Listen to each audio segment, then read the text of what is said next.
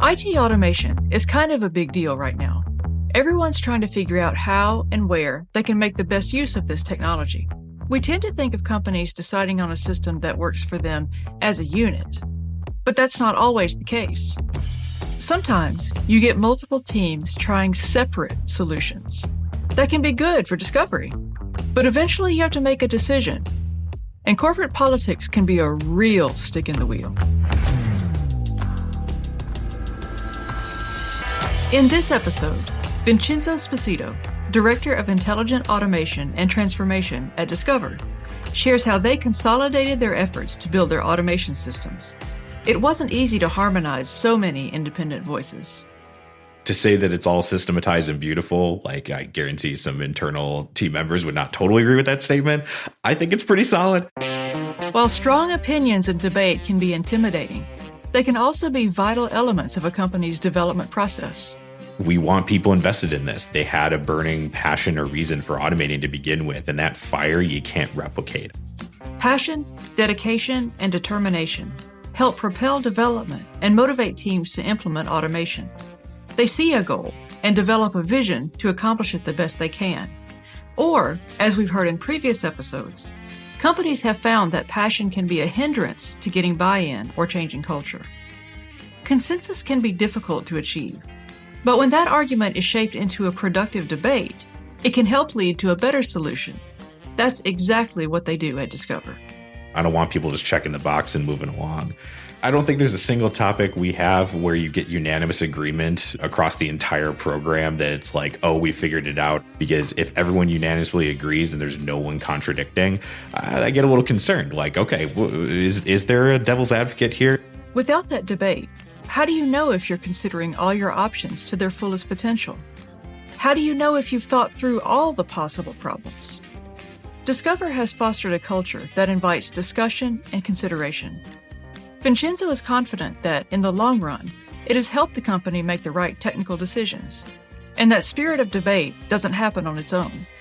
So we have a lot of different forums and conversations. There's a developers forum where it's engineers from across the company that are putting automations in place, and they discuss topics, ideas, thoughts. If we're trying to decide on an enterprise pattern, we'll actually shop it with that group to see like what are our folks' thoughts, where are the opinions, where do we get backlash, and it's a real consideration that if a large majority of the organization doesn't agree with the direction we're going in, are we doing the right thing? And it's an inflection point. Sometimes it's a minority opinion that's actually the right answer. There's the key that we're going to hear more about. Discover has a great mechanism for people to openly assess and share their opinions about the benefits and drawbacks of certain solutions. At the end of the day, a decision is made. Going against the majority opinion isn't popular, but it can be the right decision based on factors not considered in the technical discussion.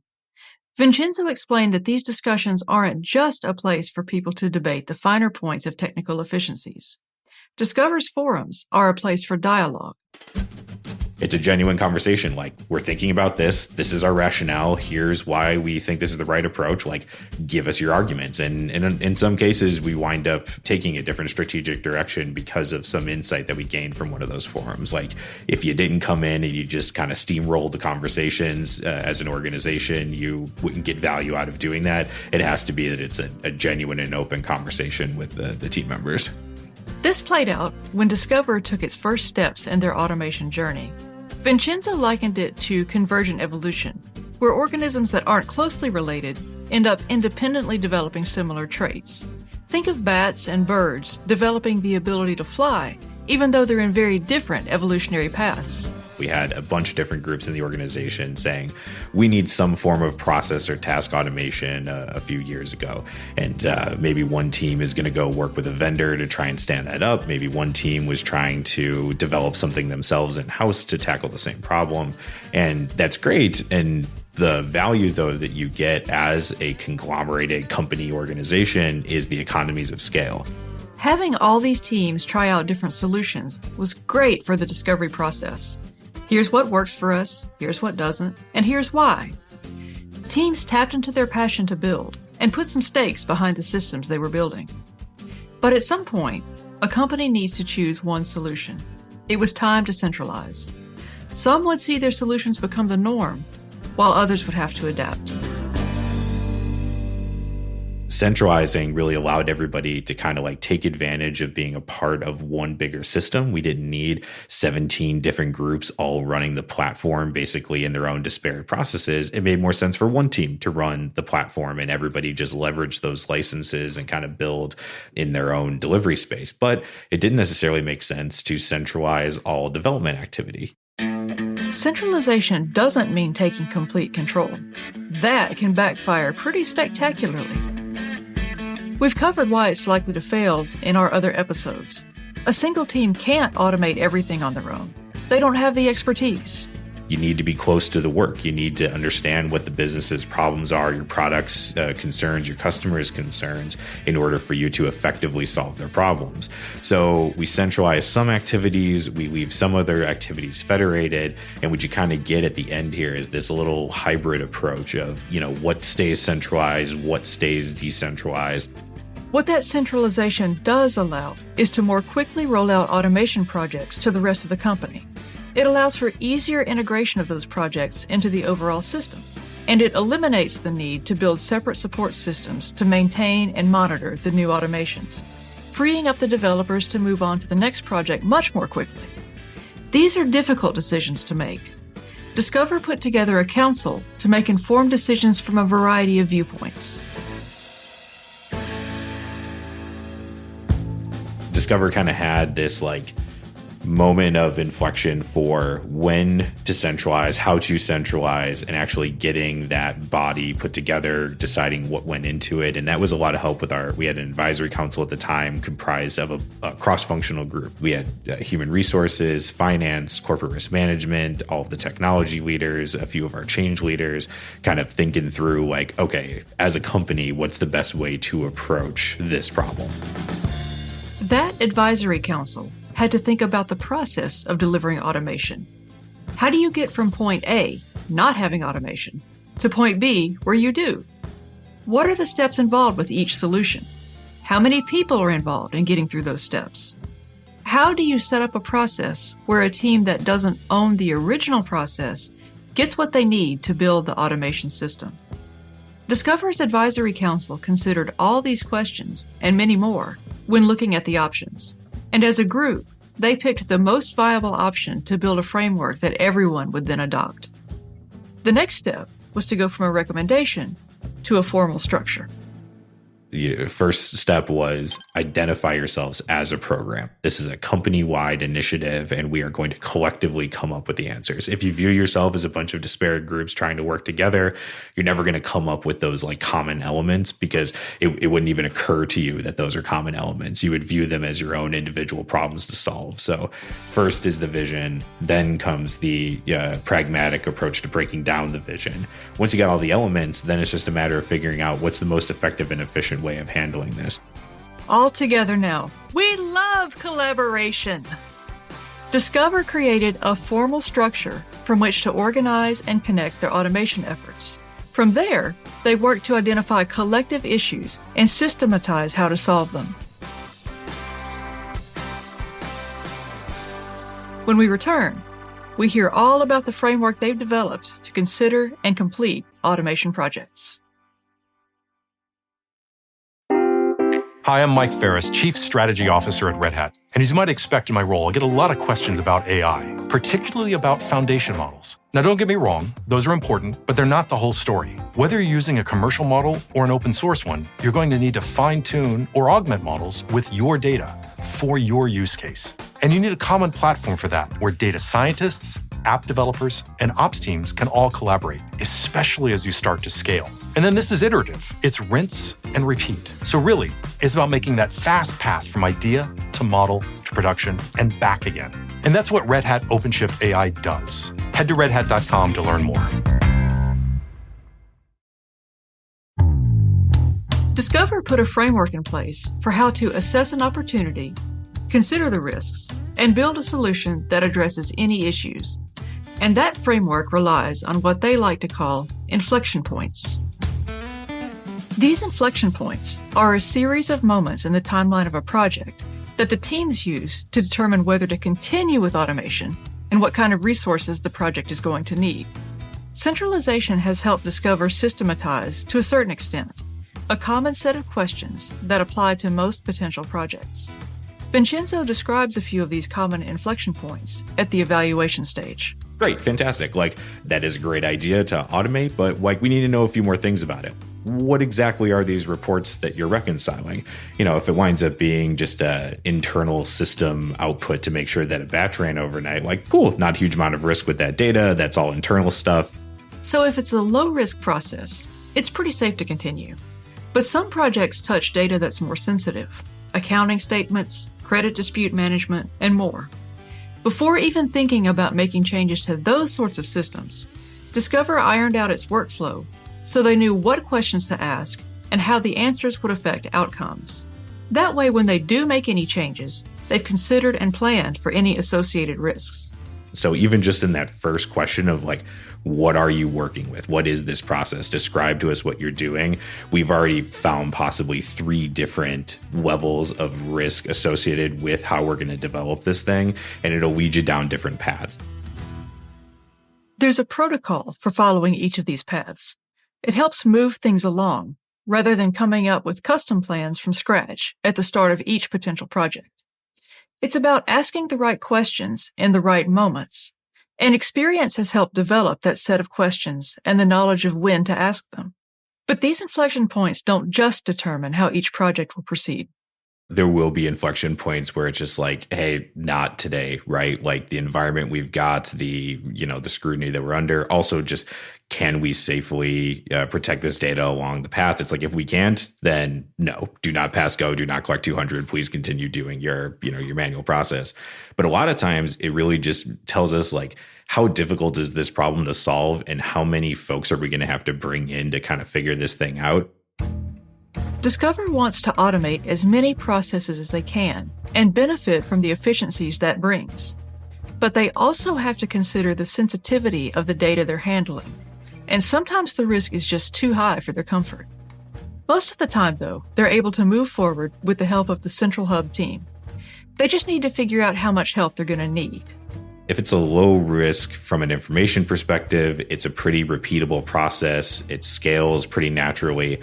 That's kind of our bread and butter. That's the easy stuff. We get a few, engineers in place and we'll be able to put something down. But if it's okay, this is actually taking an image and we're going to be reading that image in an unstructured way, and we need to transfer that into a set of metadata and then use that metadata to make a decision around what the right path is for escalation or for, follow-up. And that happens, a billion times a minute. That kind of complicated project needs a larger team and possibly even some help from vendors to cover specialized work and bring in tools Discover might not have in-house. And sometimes the answers to the questions lead to a different kind of project altogether. What are you actually trying to get done, though? Like, what's the point to doing that? It's like, okay, you're actually just trying to gain trust between these two systems reconciliation process. Why don't these two systems talk naturally to each other? Why wasn't that a part of the architecture? Okay, it's because one of them's on a mainframe and one of them's cloud-based, and we run too many, queries to be able to do that effectively. Great. The question might be to actually just modernize the other tool and build an API, and that might be the best version of automation. Look at that. A team that considers solutions outside of their own area of expertise. If it's not a nail, they're not going to try to hammer it down when there's another, more effective way of going about it. Having that kind of expertise and ability to analyze a problem from multiple angles doesn't happen on its own. The way Discover modeled their teams encourages mobility and actually makes use of their team members' distinct backgrounds. They call it the hub and spoke model. The hub we view as or what some organizations might call a platform team. It runs the central stack that actually maintains a lot of the licenses we use for the automation. It's not just a one tool. It's a combination of tools that we put in place for every step of the process. So the elements we need for actually designing the automations themselves, putting the automations in production, how do we monitor those activities? So they kind of manage stuff that every engineer would need. And then then when you actually get to the spoke teams, they're dedicated product teams within each of the core lines of business who go out and actually develop the automation.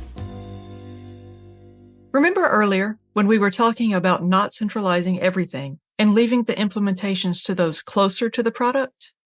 The hub and spoke model is how Discover achieves that. The spoke teams are able to specialize, work with specific business partners and product teams, and identify unique opportunities to automate that a generalist team might not have the expertise to identify. As specialized as the spoke teams are, they still share a common set of activities, processes, and trials. The solutions they build get reported back to the hub, and in many cases, redistributed to other spoke teams. It's this really fun relationship between I'm trying to build something, this group needs this, in the next 3 weeks, and we've never had a human in the loop process before. It's like, great, cool. I think other teams are going to need human in the loop. Like other spoke teams, is this also something they're like, oh yeah, we turned away like 7 use cases because we didn't have this. That's kind of how the hub spoke relationship works. We have the teams out there going and deploying, and we have the platform team that kind of maintains the structure. The hub team maintains the platform, helps develop the tools, and provides technical support to the spoke teams when needed. The spoke teams do the work of building out the solutions, following a playbook of how to assess and take on potential automation projects. There's a fair amount of training and mentorship to get people up to speed. And though the spoke teams may have deep knowledge of the products they're working with, signing on to a specific spoke team doesn't mean they need to stay there. It's quite the opposite. Some amount of mobility is encouraged. Even at a talent perspective, conversations back and forth to make sure there's growth and opportunity between the groups. Like, okay, it looks like someone on the engineering team would really love to see how this applies to the entirety of the company. Great. Maybe that's a time for them to shift into the hub team for a little while, help us build out 2 or 3 cool new capabilities and functionality. And then maybe if they want to go back into the delivery world, they can. And it's a nice relationship between kind of taking the enterprise view versus the individualized view, moving between spoke teams to get different areas of context from like a product perspective. So really at like a technology, a process, and a people level, the hub spoke relationship has this like dialogue of what should be centralized, what should be decentralized, and how do we both get the best efficiency of each situation. People move around. They learn from each other. They grow. According to Vincenzo, it's also a great way to keep people engaged with their work. And it helps foster a closely knit community. Also, from a problem solving perspective, that's probably one of the most untapped things that we're trying to add a little bit more structure to. You solve a problem in your situation, in your unique case, and you think that it is a unique case until you start looking around and seeing like, oh no, actually everyone deals with that problem. I've actually solved something that 17 other teams would benefit from. People who have moved around to new teams have discovered that the problems they've had aren't unique, and the solutions they've built can be quickly applied to their new situation. Having a number of spoke teams available helps spread the workload and keeps the work close to the product.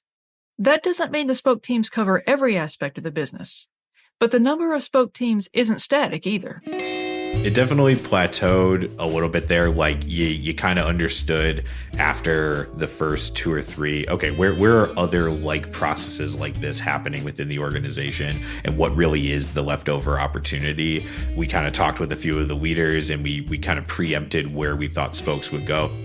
In the places where they didn't plan to have a spoke team, the hub picked up any projects that might come up, especially when they were complex problems that span multiple products. When requests from a certain uncovered part of the business start to stack up, it's time to consider an addition.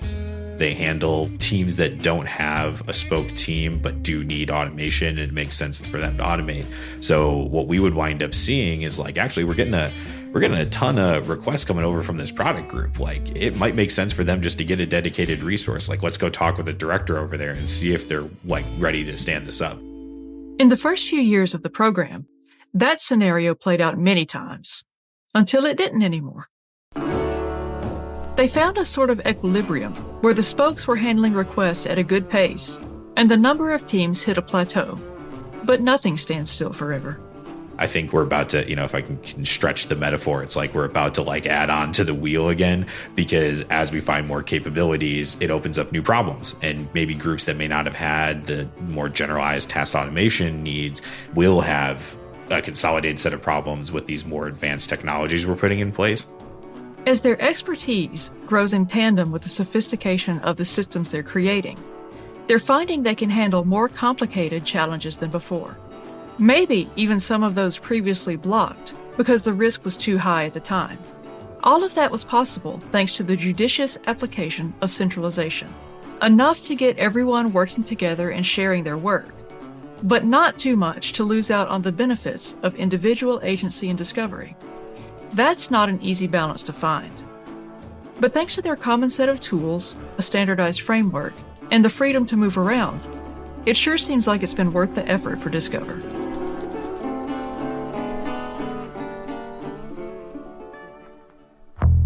That's it for Season 2 of Code Comments. But don't fret, Season 3 is coming soon. Stay tuned for more words of wisdom from me, your superlative host, Jamie Parker, and our guests too, of course. You can read more at redhat.com/codecommentspodcast, or visit redhat.com to find out more about our automation solutions. Many thanks to Vincenzo Sposito for being our guest, and thank you for joining us. This episode was produced by Johan Philippine, Kim Huang, Caroline Craighead, and Brent Semino. Our audio engineer is Robin Edgar. The audio team includes Lee Day, Stephanie Wunderlich, Mike Esser, Nick Burns, Aaron Williamson, Karen King, Jared Oates, Rachel Ertel, Carrie De Silva, Mira Cyril, Ocean Matthews, Paige Stroud, Alex Trabulsi, and Victoria Lawton. I'm Jamie Parker, and this has been Code Comments, an original podcast from Red Hat.